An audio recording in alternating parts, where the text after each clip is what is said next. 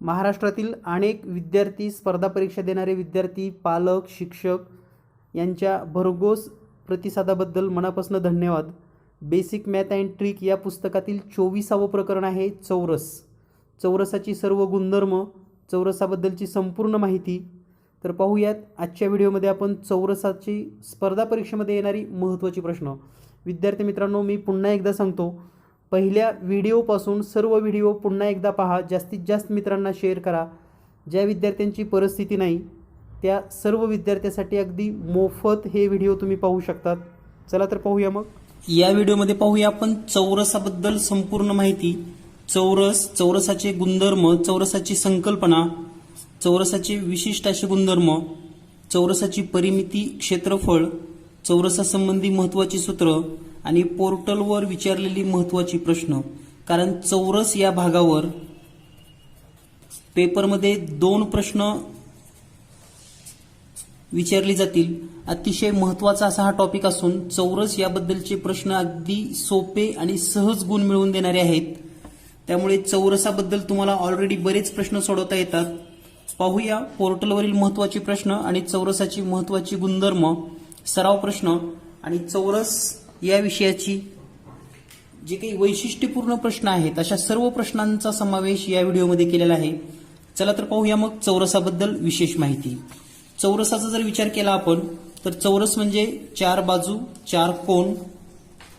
जर आपण चौरसाची आकृती काढली तर आपल्या लक्षात येईल चौरसाच्या 4ही बाजू समान असतात. म्हणजे प्रत्येक बाजूंची लांबी समान असते. या ठिकाणी समान खुणा म्हणजे सारख्या खुणा म्हणजे सारख्या बाजू असतात. त्याचबरोबर चौरसाचा प्रत्येक कोन हा काटकोन असतो. या प्रकारचं चिन्ह याचा अर्थ असतो की 90 अंश.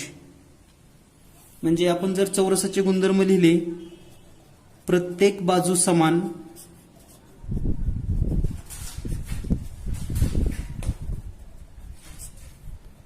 त्याचबरोबर प्रत्येक कोन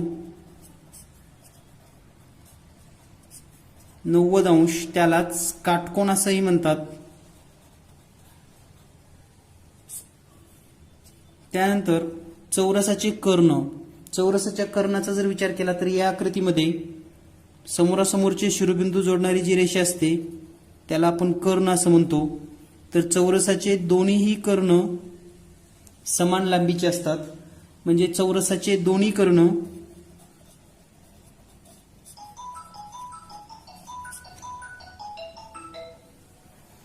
समान लांबीचे असतात.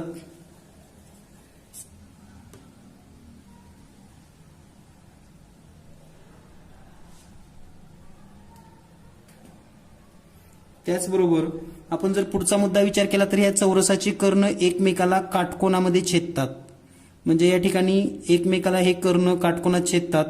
त्याचबरोबर हे कर्ण एकमेकाला दुभागतात सुद्धा. म्हणजे हा जेवढा या ठिकाणी जर समजा नावं दिले आपण A, B, C, D आणि या ठिकाणी O, तर OA जेवढ्या लांबीचा असेल तेवढाच OC असतो. म्हणजेच कर्ण हे सारख्या खुणा म्हणजे हे समान आहेत, हा त्याचा अर्थ झालेला आहे. म्हणजेच कर्ण परस्परांना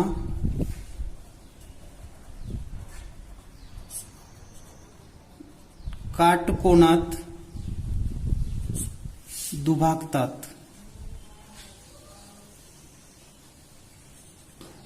कर्ण परस्परांना काटकोनात दुभागतात. तर हे चौरसाबद्दलचे महत्त्वाचे गुणधर्म आहेत. प्रत्येक बाजू समान, प्रत्येक कोन 90 अंश किंवा काटकोन, दोन्ही कर्ण समान आणि कर्ण परस्परांना काटकोनात दुभागतात. तर ही चौरसाची प्राथमिक माहिती आहे आणि यावरच बरेच प्रश्न पुढचे डिपेंड असतात. चला तर पाहूया चौरसाचे आणखी काही गुणधर्म किंवा या संबंधीचे काही महत्त्वाची सूत्रे. तर चौरसाची सूत्र पाहत असताना चौरसाची परिमिती, चौरसाचा कर्ण आणि चौरसाचे क्षेत्रफळ या संबंधी माहिती घेऊयात. जर आपण चौरस काढला, 4ही बाजू समान असल्यामुळं याच्या परिमितीचं सूत्र तर अतिशय सोपं आहे. चौरसाची परिमिती बरोबर चौरसाची परिमिती बरोबर 4 गुणिले बाजू. 4 गुणिले बाजू. तर हे चौरसाच्या परिमितीचं सूत्र आहे. त्यानंतर चौरसाचा कर्ण. कर्ण पण खूप महत्वाचा असतो चौरसाचा, कारण कर्णावर बरेच प्रश्न स्पर्धा परीक्षेला येतात. तर हे दोन्ही कर्ण समान असतात आणि कर्णाची जर लांबी काढायची असेल आपल्याला तर कर्ण बरोबर वर्गमुळात 2 गुणिले बाजू हे सूत्र वापरलं जातं. आणि हे सूत्र नेमकं कसं येतं हे यापूर्वी पण आपण पाहिलेलं आहे. 45 45 90चा प्रमेय पाहत असताना हे सूत्र नेमकं कसं तयार झाले हे पण आपण पाहिलेलं आहे. तर हे महत्वाची 2 सूत्र आहेत. चौरसाची परिमिती 4 गुणिले बाजू, कर्ण बरोबर वर्गमुळात 2 गुणिले बाजू. यानंतर पाहूया चौरसाच्या क्षेत्रफळाची सूत्रे. चौरसाचं क्षेत्रफळ पाहत असताना सुरुवातीला आपण पाहणार आहोत बाजू दिल्यास. म्हणजे जर आपल्याला हा चौरस दिला असेल आणि ह्या चौरसाची बाजू समजा 12 सेंटीमीटर असेल तर याचं क्षेत्रफळ म्हणजे आपल्याला बाजू दिलेली आहे. बाजू माहित असेल तर सूत्र आहे बाजू आहे 12 सेंटीमीटर आणि हा भाग तुम्हाला ऑलरेडी माहिती आहे. तरीही आपण रिव्हिजन म्हणून बेसिक पासून घेत आहोत. चौरसाचे क्षेत्रफळ बरोबर बाजूचा वर्ग हे सूत्र आहे. म्हणजे या ठिकाणी 12चा जर वर्ग केला तर तो येतो 144 सेंटीमीटर स्क्वेअर. म्हणजे चौरसाचे क्षेत्रफळ आणि चौरसाच्या क्षेत्रफळाचं सूत्र आहे बाजूचा वर्ग. म्हणजे आपल्याला जर बाजू माहित असेल तर डायरेक्ट बाजूचा वर्ग लिहिल्यास आपल्याला चौरसाचं क्षेत्रफळ मिळतं. यानंतर पाहूया आपण चौरसाचे क्षेत्रफळ परंतु आपल्याला कर्ण माहित असल्यास. तर पुढचा भाग आहे चौरसाचे क्षेत्रफळ कर्ण माहित असल्यास. पुन्हा एक चौरस घेऊयात आपण आणि आपल्याला बाजू माहित नाही परंतु कर्ण दिलेला आहे. हा कर्ण आहे आणि ह्या कर्णाची लांबी समजा आहे 8 वर्गमुळात 2 सेमी. लांबी किती आहे 8 वर्गमुळात 2 सेमी. म्हणजेच आपण या ठिकाणी सूत्र अगोदर सांगतो तुम्हाला मी. सूत्र कर्ण माहित असेल तर चौरसाचा कर्ण माहिती असेल आपल्याला तर सूत्र कोणतं वापरायचं. तर सूत्र आहे चौरसाचे क्षेत्रफळ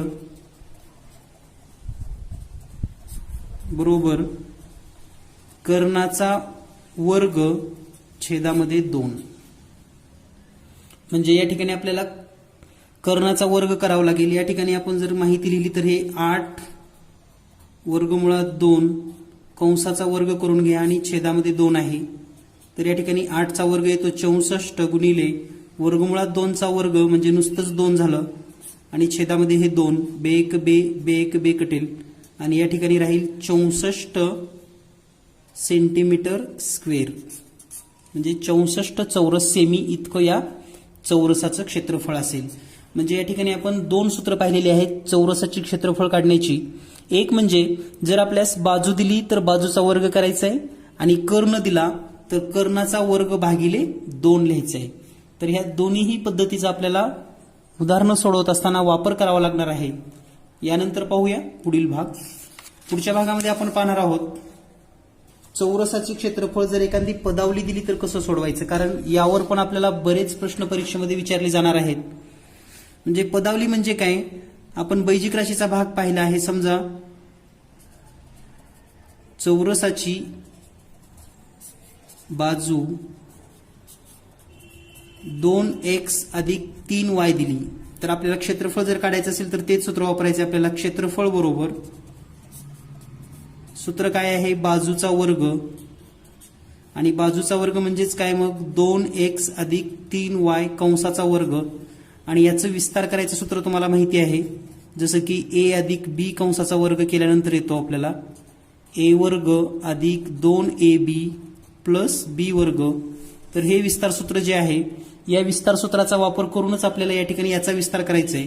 तर ह्या पहिल्या पदाचा वर्ग म्हणजे 4x चा वर्ग अधिक 2ab म्हणजे या दोन्हीचा गुणाकार करून दुप्पट 2 6 6 दोन्ही 12xy प्लस 9चा वर्ग 3चा वर्ग 9 आणि y वर्ग.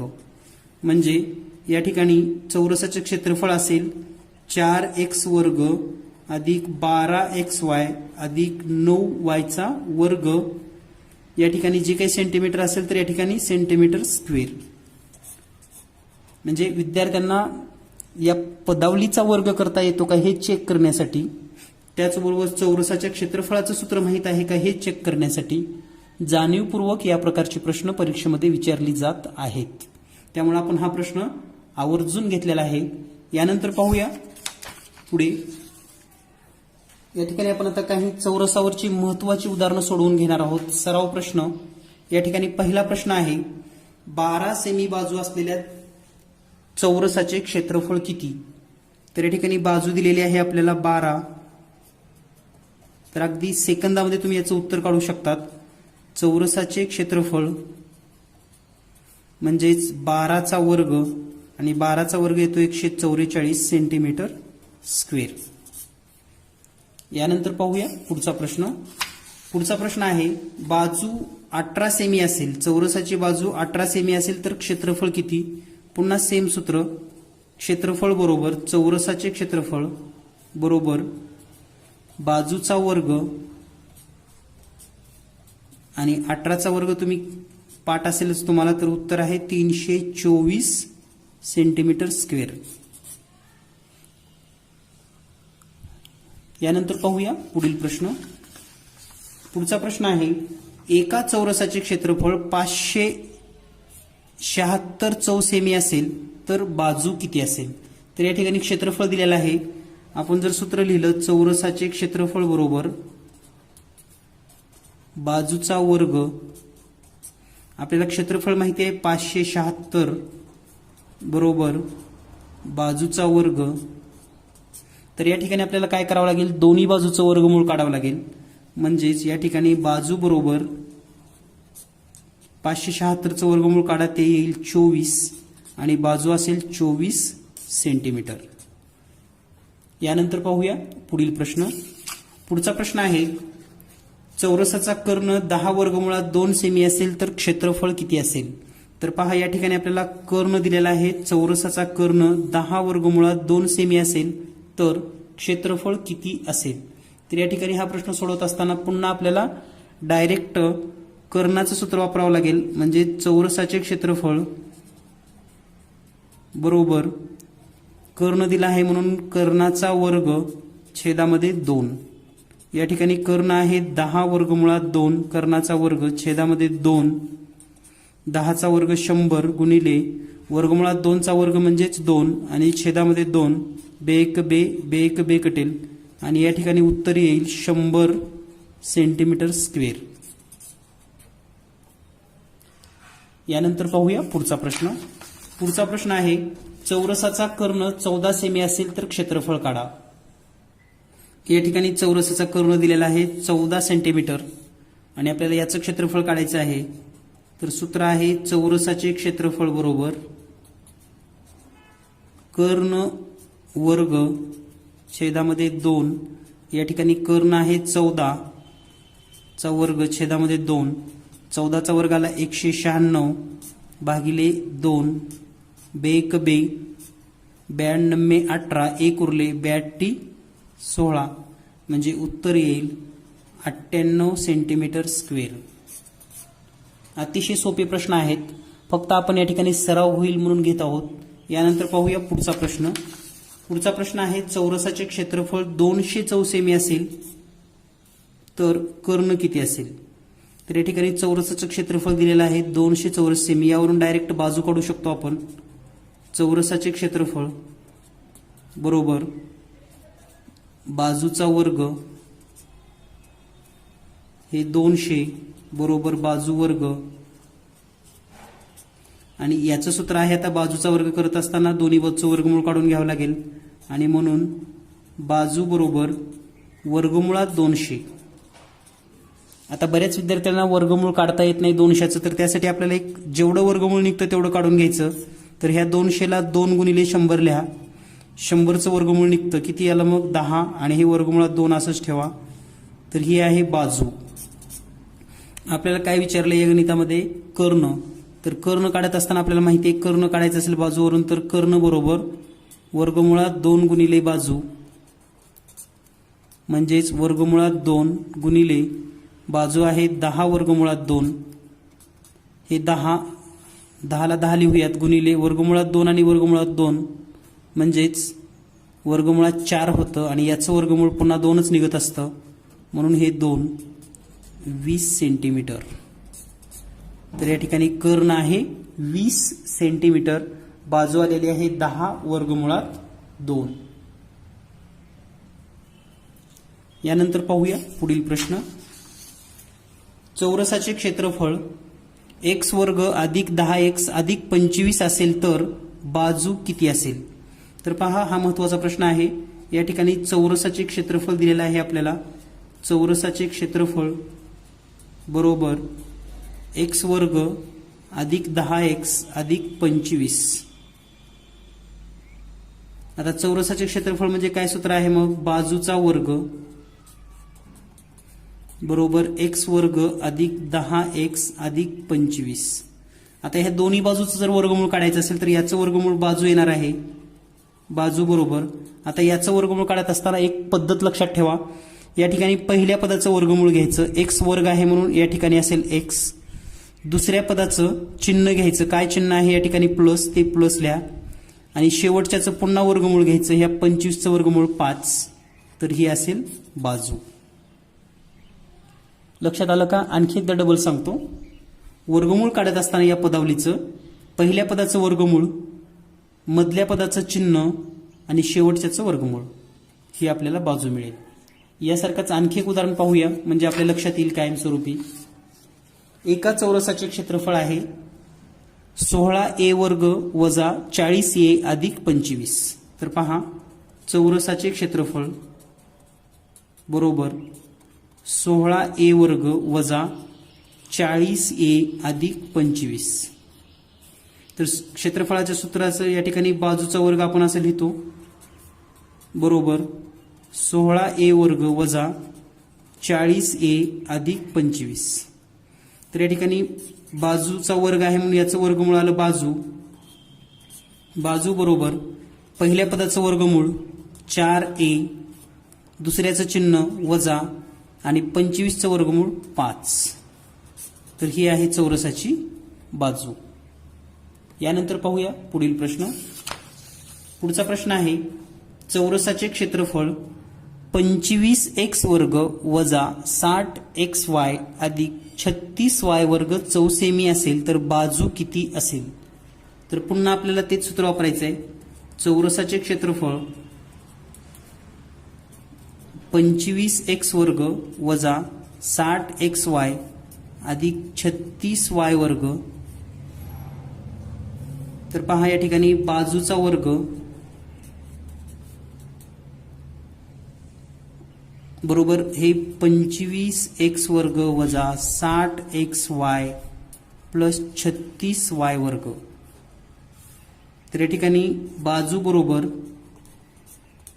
पहिल्या पदाचं वर्गमूळ या ठिकाणी 25x वर्ग आहे म्हणजे या ठिकाणी 5x, मधल्याचं चिन्ह म्हणजे मायनस आणि शेवटच्याचं वर्गमूळ 6y सेंटीमीटर. तर ही असेल बाजू. तर यासारखे प्रश्न जास्त परीक्षेमध्ये विचारले गेलेले आहेत आणि विचारले जातील सुद्धा. यानंतर पाहूया पुढील प्रश्न. पुढचा प्रश्न आहे चौरसाची बाजू दुप्पट केली तर क्षेत्रफळ किती पट होईल? तर यासारखे सुद्धा प्रश्न परीक्षेला येत आहेत. तर या ठिकाणी पहा, चौरसाची बाजू दुप्पट केली तर आपण काय करायचं? या प्रकारचा जर प्रश्न आला तर बाजू आपल्या मनानं अगोदर समजून घ्यायची. बाजू समजा तुम्ही घेतलात 5 सेंटीमीटर, तर याचं क्षेत्रफळ किती येईल तुम्हाला माहिती आहे. क्षेत्रफळ बरोबर 5चा वर्ग म्हणजेच 25 सेंटीमीटर वर्ग. आता आपल्याला काय सांगितले त्यांनी? बाजू दुप्पट केली. आता बाजू किती होती सुरुवातीला? 5. आता बाजू आपण दुप्पट करूयात. बाजू आपण 10 सेंटीमीटर घेऊयात. आता याचं क्षेत्रफळ काढा. क्षेत्रफळ बरोबर 10चा वर्ग आणि 10चा वर्ग येतो 100 सेंटीमीटर स्क्वेअर. तर सुरुवातीचं क्षेत्रफळ होतं 25 सेंटीमीटर वर्ग. आता क्षेत्रफळ झालेलं आहे 100 सेंटीमीटर वर्ग. म्हणजे ह्या 25च्या 4 पट केल्यानंतर 100 मिळतं. आणि 4 पट म्हणजेच काय मग? चौपट, किंवा पर्यायामध्ये असेल 4 पट क्षेत्रफळ होईल. म्हणजे हे आपण अगदी समोरासमोर सुद्धा पाहू शकतो या सगळ्या गोष्टी. कोणत्या पद्धतीने प्रश्न सोडवायचा हे आपल्या मनावर आहे. तर यानंतर पाहूया पुढील प्रश्न. चौरसाची बाजू तिप्पट केली तर क्षेत्रफळ किती पट होईल?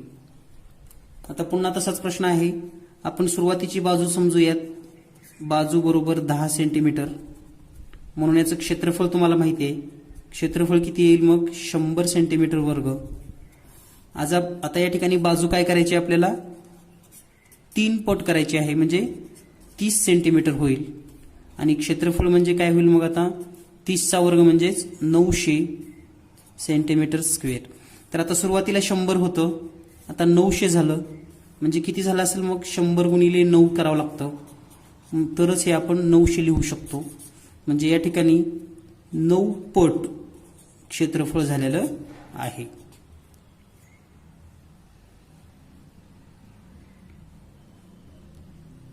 यानंतर पाहूया पुढचा प्रश्न.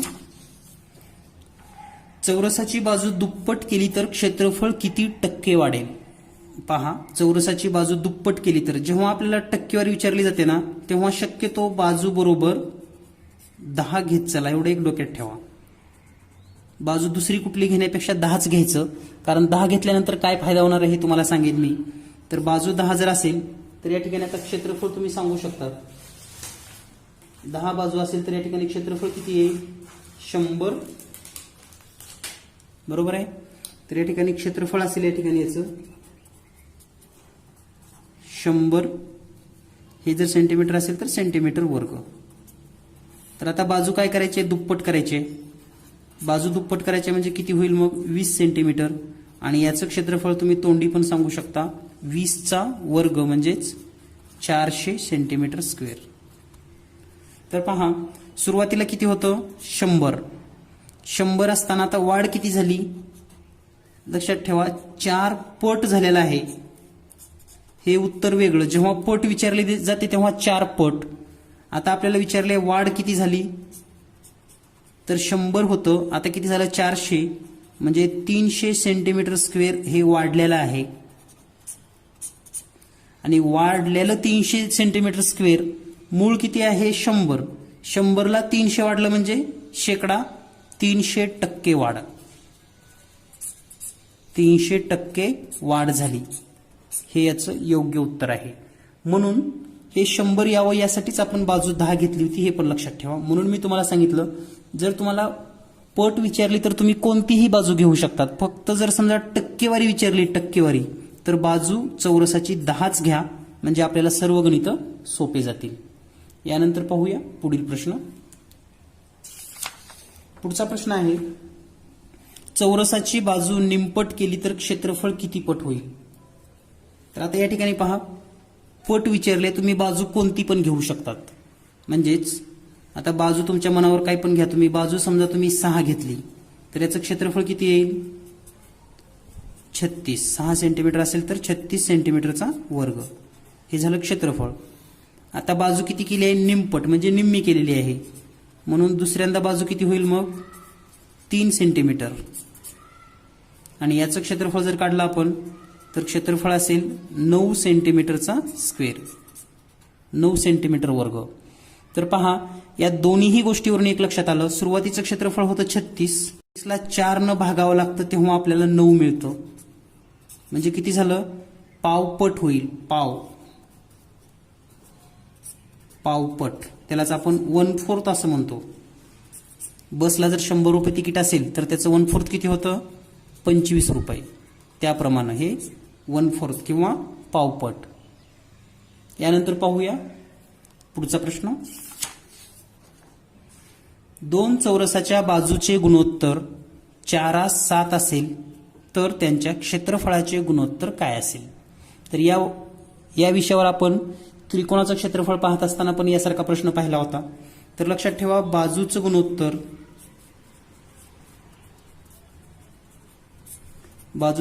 आहे 4:7. तर आता आपल्याला जर क्षेत्रफळाचं गुणोत्तर विचारलं असेल, क्षेत्रफळाचे गुणोत्तर, तर लक्षात ठेवा, क्षेत्रफळाच्या सूत्रामध्ये बाजूवर काय परिणाम होतो? तर बाजूचा वर्ग होतो. म्हणून या ठिकाणी बाजूचं गुणोत्तर हे आहे. क्षेत्रफळाचं गुणोत्तर काढताना या दोन्हीचा वर्ग करायचा. 4चा वर्ग 16 आणि 7चा वर्ग 49, म्हणजे त्यांच्या क्षेत्रफळाचं गुणोत्तर असेल 16:49. सूत्रामध्ये बाजूवर जो परिणाम होत असतो तोच त्याच्या गुणोत्तरावर पण परिणाम होतो. तर या पद्धतीने हे सर्व प्रश्न आपण सोडवून घेतलेले आहेत. यानंतर पाहूया पुढील प्रश्न.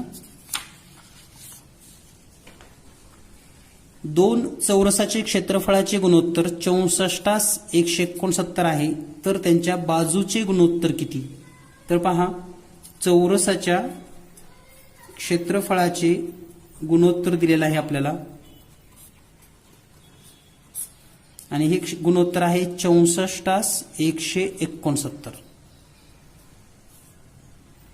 तर या ठिकाणी जर आता चौरसाच्या बाजूचं गुणोत्तर विचारायचं असेल आपल्याला किंवा शोधायचं असेल तर पहा, क्षेत्रफळावरून जेव्हा आपण बाजू काढतो तेव्हा आपण याचं वर्गमूळ घेतो. त्याच पद्धतीने या ठिकाणी दोन्हीचं वर्गमूळ घ्या. याचं वर्गमूळ येईल 8 आणि याचं वर्गमूळ येईल 13, म्हणून बाजूचं गुणोत्तर असेल 8:13.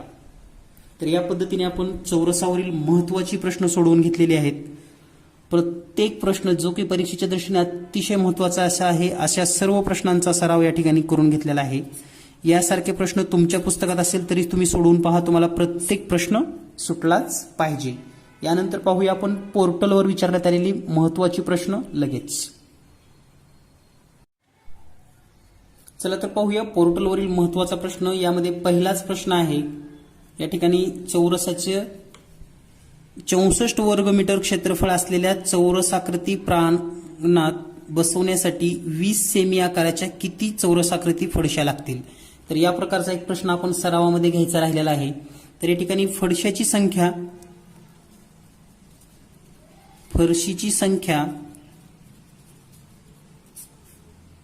बरोबर क्षेत्रफळ किती आहे ते पहा. 64 वर्ग मीटर क्षेत्रफळ दिलेलं आहे आपल्याला 64 मीटर स्क्वेअर.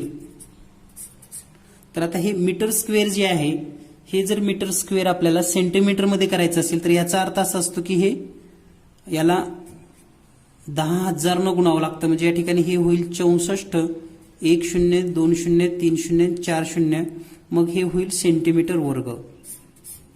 हे सेंटीमीटर वर्ग का करून घेतले आपण? कारण या ठिकाणी फडशीची जी काही बाजू आहे ती आहे 20 सेंटीमीटर. म्हणजेच या ठिकाणी फडशीची संख्या काढायची असेल तर एकूण जागेचे क्षेत्रफळ आणि छेदामध्ये एका फरशीचे क्षेत्रफळ. तर या ठिकाणी एकूण जागेचं क्षेत्रफळ 64 वर्ग मीटर आहे. 64 वर्ग मीटर म्हणजे 64 वर 4 शून्य द्या, हे होईल सेंटीमीटर आणि छेदामध्ये बाजू आहे 20 सेंटीमीटर गुणिले 20 सेंटीमीटर. क्षेत्रफळ काढायचे 20 सेमी बाजू असलेलं फडशीचं. मग हे 1 0 कटेल, 1 0, दुसरं 1 0, दुसरं 1 0. त्यानंतर बे 1 बे, बे 3 6, बे 2 4 आणि हे 2 0 3200 आलं.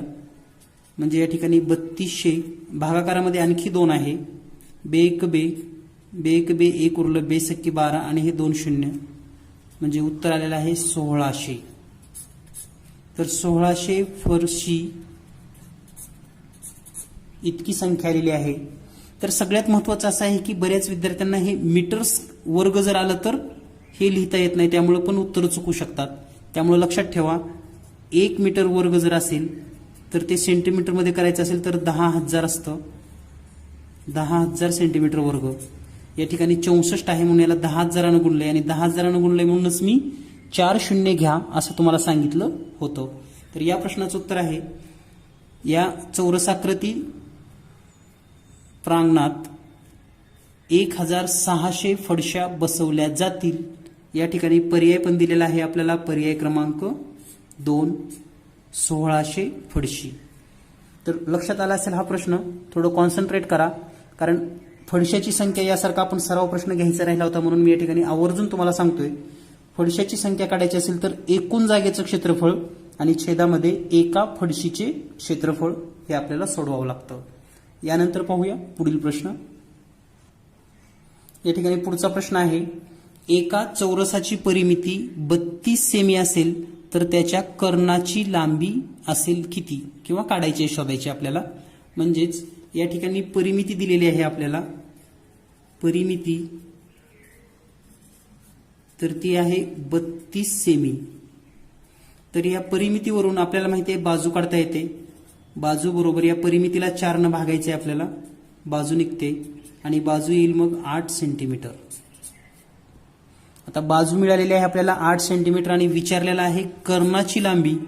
म्हणून कर्ण बरोबर सूत्र माहिती आहे आपल्याला, वर्गमुळात 2 गुणिले बाजू आणि वर्गमुळात 2 गुणिले बाजू आलेली आहे आपल्याकडे 8 सेंटीमीटर आणि हा जर गुणाकार लिहिला तर 8 वर्गमुळामध्ये 2 सेंटीमीटर असा आपण लिहितो. वर्गमुळात संख्या तशीच राहील आणि या ठिकाणी चौरसाचा कर्ण, चौरसाची कर्णाची लांबी असेल 8 वर्गमुळामध्ये 2 सेमी. या ठिकाणी पर्याय पण दिलेला आहे आपल्याला, पर्याय क्रमांक 4. प्रत्येक प्रश्न समजून घ्या, कारण आत्ता आपल्याला समजून घ्यायला वेळ आहे. लक्षात घ्या, परीक्षेमध्ये आपल्याला इतका वेळ नसतो. त्यासाठी प्रत्येक बारकाईनं प्रत्येक समजून घ्या. काही शंका असेल तर विचारत चला. यानंतर पाहूया पुढील प्रश्न. यानंतर पुढचा प्रश्न आहे, एका चौरसाची बाजू 2 पट झाली तर क्षेत्रफळ किती असेल किंवा किती होईल. तर या ठिकाणी बाजू दुप्पट केलेली आहे.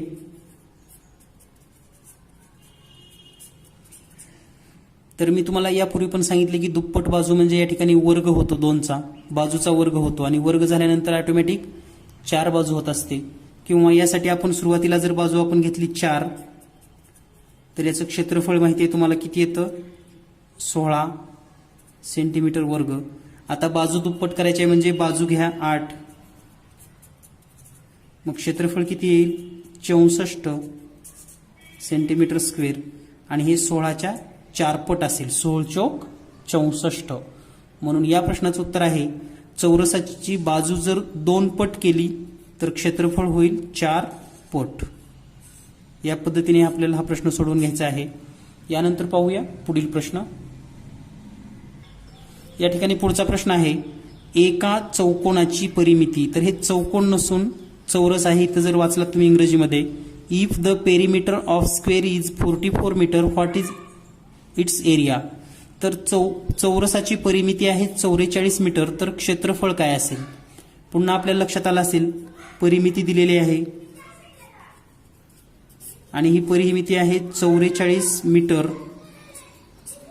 यावरून आपण बाजू काढू शकतो, बाजू येईल 11 मीटर आणि सूत्र माहिती आहे आपल्याला, चौरसाचे क्षेत्रफळ बरोबर बाजूचा वर्ग म्हणजेच 11चा वर्ग बरोबर 121 मीटर वर्ग. तर हे या प्रश्नाचं उत्तर असेल. यानंतर पाहूया पुढील प्रश्न. यानंतर पुढील प्रश्न आहे, एका चौरसाचे क्षेत्रफळ त्याच्या कर्णावर काढलेल्या चौरसाच्या क्षेत्रफळाशी असलेले गुणोत्तर काढा. तर पहा, एक चौरस आहे, आपण असा जर चौरस काढून घेतला या ठिकाणी,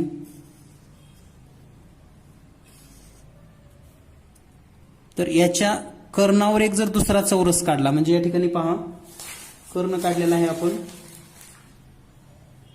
हा, आणि या कर्णावर चौरस काढायचा आहे म्हणजे कसा येणार आता, हा असा चौरस होईल. म्हणजे जेवढा कर्ण आहे तेवढी बाजू असलेला हा इतका मोठा चौरस होईल ह्या कर्णावरचा. तर आपल्याला प्रश्न असा विचारलाय की हा मूळ चौरस आणि हा जो मोठा चौरस आहे याच्या क्षेत्रफळाचं गुणोत्तर काय असेल.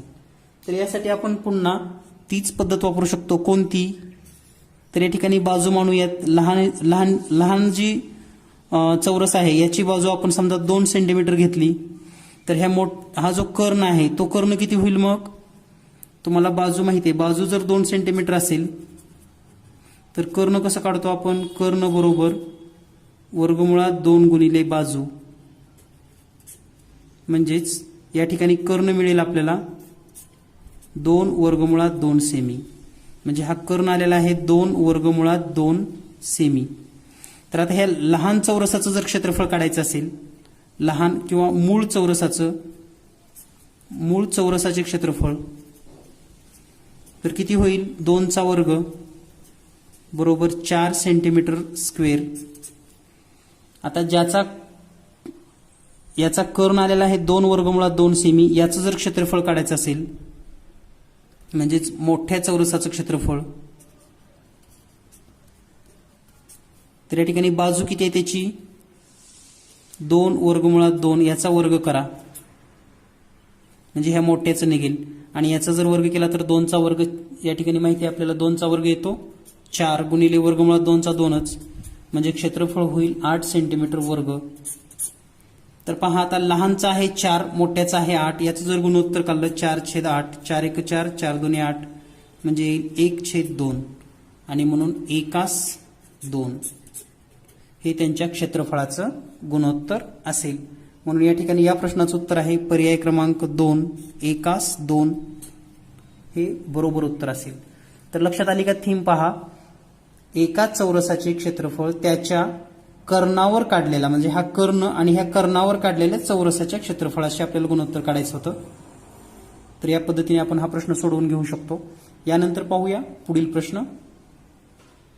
यानंतर पुढचा प्रश्न आहे, एका चौरसाकृती भूखंडाचे क्षेत्रफळ 10,024 चौमीटर आहे, म्हणजे चौरसाकृती भूखंडाचे क्षेत्रफळ किती आहे? 1024. तर आपल्याला त्याची बाजू काढायची आहे. तर चौरसाचे क्षेत्रफळ बरोबर 1024 आहे. सूत्र माहिती आहे आपल्याला, बाजूचा वर्ग बरोबर 1024. आता दोन्ही बाजूचा आपल्याला वर्गमूळ काढायचं आहे, म्हणून बाजू बरोबर याचं वर्गमूळ येतं 32. आणि हे नेमकं कसं आलं यासाठी आपण वर्ग आणि वर्गमूळ हा चॅप्टर सेपरेट शिकलेला आहे, वर्ग आणि वर्गमूळ काढणे. तर त्याचा आपल्याला वापर करावा लागेल आणि या ठिकाणी याचं वर्गमूळ लिहावं लागेल.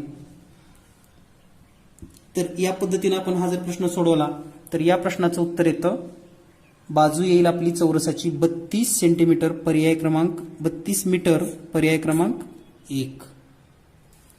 यानंतर पाहूया पुढील प्रश्न. जर एका चौरसाचे चौकोनी मैदानाचे क्षेत्रफळ दिलेलं आहे आपल्याला 265.69 आहे, तर मैदानाच्या एका बाजूंची लांबी किती असेल? तर पहा, क्षेत्रफळ दिलेलं आहे, म्हणजे चौरसाकृती मैदानाचे क्षेत्रफळ बरोबर 265.69 आहे. आणि सूत्र माहिती आहे आपल्याला, बाजूचा वर्ग बरोबर हे 265.69. आता दोन्ही बाजूचं जर वर्गमूळ काढायचं असेल तर आता या ठिकाणी दशांश संख्या दिसते, पण दशांश असो ना काही असो, तुम्ही लक्ष घ्या.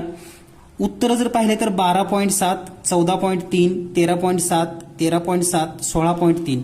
आता 265 संख्येचा जर विचार केला तुम्ही, 265.69, तर याच्यापेक्षा लहान वर्ग संख्या आहे 256, म्हणजे 256चं वर्गमूळ निघतं 16, हे तुम्हाला माहिती आहे. मग 265चं किती असेल? तर 16पेक्षा थोडं जास्त असेल. 256चं किती आहे? 16. 265चं किती असेल? 16पेक्षा थोडं जास्त असेल. आणि या ठिकाणी जर पर्याय निरीक्षण केलं तर चौथा पर्याय दिसतो तुम्हाला 16.3 मीटर, एकच आहे जो 16पेक्षा थोडा जास्त आहे. म्हणून या ठिकाणी याचं वर्गमूळ असेल 16.3 मीटर, ही बाजू मिळेल आपल्याला. आणि या ठिकाणी पर्यायामध्ये पर्याय डी पण दिलेला आहे. बाकी पर्याय आहेत 12.7, 14.3, 13.7. म्हणून या प्रश्नाचं योग्य उत्तर असेल पर्याय क्रमांक 4. यानंतर पाहूया पुढचा प्रश्न. या ठिकाणी पुढील प्रश्न आहे, 2 चौरसाच्या बाजूचे गुणोत्तर 2:3 आहे. पहा, पुन्हा प्रश्न आलेला आहे, जो प्रश्न आपण सरावामध्ये घेतला होता. चौरसाच्या बाजूचे गुणोत्तर दिलेलं आहे आपल्याला 2:3. तर क्षेत्रफळाचे गुणोत्तर काढत असताना आपण काय करतो? क्षेत्रफळाचे गुणोत्तर, तर बाजूचा वर्ग करतो म्हणून याचा पण वर्ग करा, 2चा वर्ग 4 आणि 3चा वर्ग 9 म्हणून क्षेत्रफळाचे गुणोत्तर असेल 4:9. पर्याय क्रमांक डी हे उत्तर बरोबर असेल. यानंतर पाहूया पुढील प्रश्न. या ठिकाणी पुढचा प्रश्न आपण या ठिकाणी सोडवून दिलेला आहे, तरी पण पुन्हा एकदा स्पष्टीकरण पाहूयात. एक चौरस आणि आयताचे क्षेत्रफळ समान आहे. जर चौरसाची बाजू 24 सेमी असेल आणि आयताची रुंदी 16 सेमी असेल तर आयताची लांबी किती असेल? तर पहा स्पष्टीकरण. चौरसाचे क्षेत्रफळ बरोबर आयताचे क्षेत्रफळ. चौरसाच्या क्षेत्रफळाचं सूत्र आहे बाजूचा वर्ग बरोबर आयताच्या क्षेत्रफळाचं सूत्र आहे लांबी गुणिले रुंदी. बाजू दिलेली आहे 24 म्हणून 24चा वर्ग बरोबर लांबी गुणिले रुंदी आहे 16 म्हणजे लांबी गुणिले 16. त्यानंतर या ठिकाणी 24चा वर्ग होईल आणि हे गुणाकारातलं 16 भागाकारामध्ये येईल म्हणजे या ठिकाणी 24 गुणिले 24 होईल आणि छेदामध्ये येईल 16. 8 न भागूयात. 8 दोन्ही 16 8 त्रिक 24 बेक बे बेक बे बे दोन्ही 4 आणि 3 गुणिले 12 शिल्लक राहील आणि 3 गुणिले 12 म्हणजे 36. म्हणून या प्रश्नाचं उत्तर असेल पर्याय क्रमांक 4. 36 सेमी त्या आयताची लांबी असेल. यानंतर पाहूया पुढील प्रश्न. या ठिकाणी पुढचा प्रश्न आहे. एका चौकोनाची म्हणजे चौरसाची बाजू या ठिकाणी बाजू दिलेली आहे. यासारखा प्रश्न आपण सरावामध्ये घेतलेला आहे. बाजू दिलेली आहे 2x वर्ग वजा 3. तर खालीलपैकी कोणती पदावली त्याचे क्षेत्रफळ व्यक्त करील? म्हणजे आपल्याला याचा वर्ग करायचा असतो. तर या ठिकाणी आपण सोडवलेला आहे. बाजू आहे 2x वर्ग वजा 3. बाजूचा वर्ग म्हणजे याचा वर्ग 2x वर्ग म्हणजे पहिल्या पदाचा वर्ग वजा 2 गुणिले पहिले पद गुणिले दुसरे पद अधिक दुसऱ्या पदाचा वर्ग. पहिल्या पदाचा वर्ग आला 4x वजा गुणाकार केला तर बे दोन्ही 4 4 त्रिकोण 12x वर्ग आणि प्लस 9 आणि या ठिकाणी उत्तर मिळालेलं आहे आपल्याला पर्याय क्रमांक 1. तर अगदी वर्ग केला की आपल्याला याचं उत्तर मिळतं आणि यासारख्या प्रश्नांचा सुद्धा आपण सराव घेतलेला आहे. त्यामुळे हा प्रश्न तुम्ही सहज आणि सोप्या पद्धतीने सोडवू शकतात. यानंतर पाहूया पुढील प्रश्न. यानंतर पुढील प्रश्न आहे. जर 1 सेमी बाजू असलेल्या एका चौकोनाचे क्षेत्रफळ 1 सेमी पाया असलेल्या त्रिकोणाच्या क्षेत्रफळा एवढे असेल तर त्रिकोणाची उंची किती? म्हणजे या ठिकाणी जर माहिती आपण घेतली तर हा एक चौरस आहे आणि ह्या चौरसाची बाजू आहे 1 सेंटीमीटर आणि हा दुसरा एक त्रिकोण आहे. या त्रिकोणाची खालचा जो पाया आहे तो आहे x आणि ही आहे उंची. तर आपल्याला ही उंची शोधायची आहे आणि यांचं क्षेत्रफळ समान दिले म्हणून चौकोनाचे क्षेत्रफळ बरोबर त्रिकोणाचे क्षेत्रफळ. चौकोनाच्या क्षेत्रफळाचं सूत्र लिहिलं x वर्ग बरोबर त्रिकोणाचं क्षेत्रफळाचं सूत्र म्हणजे 1/2 गुणिले x गुणिले उंची. म्हणून उंची बरोबर हे 2 इथं गुणाकारामध्ये आहे ते भागाकारामध्ये आहे ते गुणाकारामध्ये आलं म्हणजे x वर्ग गुणिले 2 आणि छेदामध्ये हे x येईल. x आणि x वर्ग कटेल आणि शिल्लक राहील 2x. म्हणून या ठिकाणी त्रिकोणाची जी उंची येणार आहे ती उंची येईल 2x सेंटीमीटर आणि पर्याय क्रमांक 1 उत्तर बरोबर असेल. तर मित्रांनो या पद्धतीने आपण चौरस या घटकावर किंवा या बाबीवर सर्व प्रकारची उदाहरणं सर्व प्रकारचे पोर्टलवरील प्रश्न आणि परीक्षेमध्ये काय अपेक्षित आहे या सर्व बाबीचा अभ्यास केलेला आहे. तर या सर्व गोष्टी लक्षात घेता चौरसावरचा आपला एकही प्रश्न चुकणार नाही याची मला तरी गॅरंटी आहे. तुम्हाला पण गॅरंटी असली पाहिजे आणि नक्कीच परीक्षेला आपण चांगल्या पद्धतीने फेस करू. सर्वांना परीक्षेसाठी खूप खूप शुभेच्छा. धन्यवाद. Thank you very much.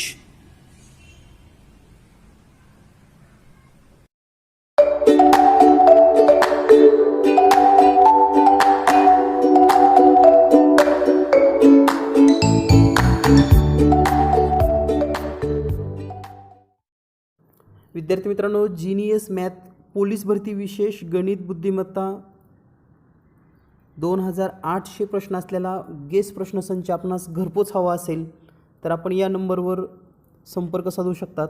त्याचबरोबर नवोदय प्रवेश परीक्षा, स्कॉलरशिप 5वी, स्कॉलरशिप 8वी, मार्गदर्शिका किंवा इतर प्रश्नसंचासाठी नक्की संपर्क करा. तुम्हाला घरपोच सर्व पुस्तके मूळ किमतीमध्ये दिले जातील.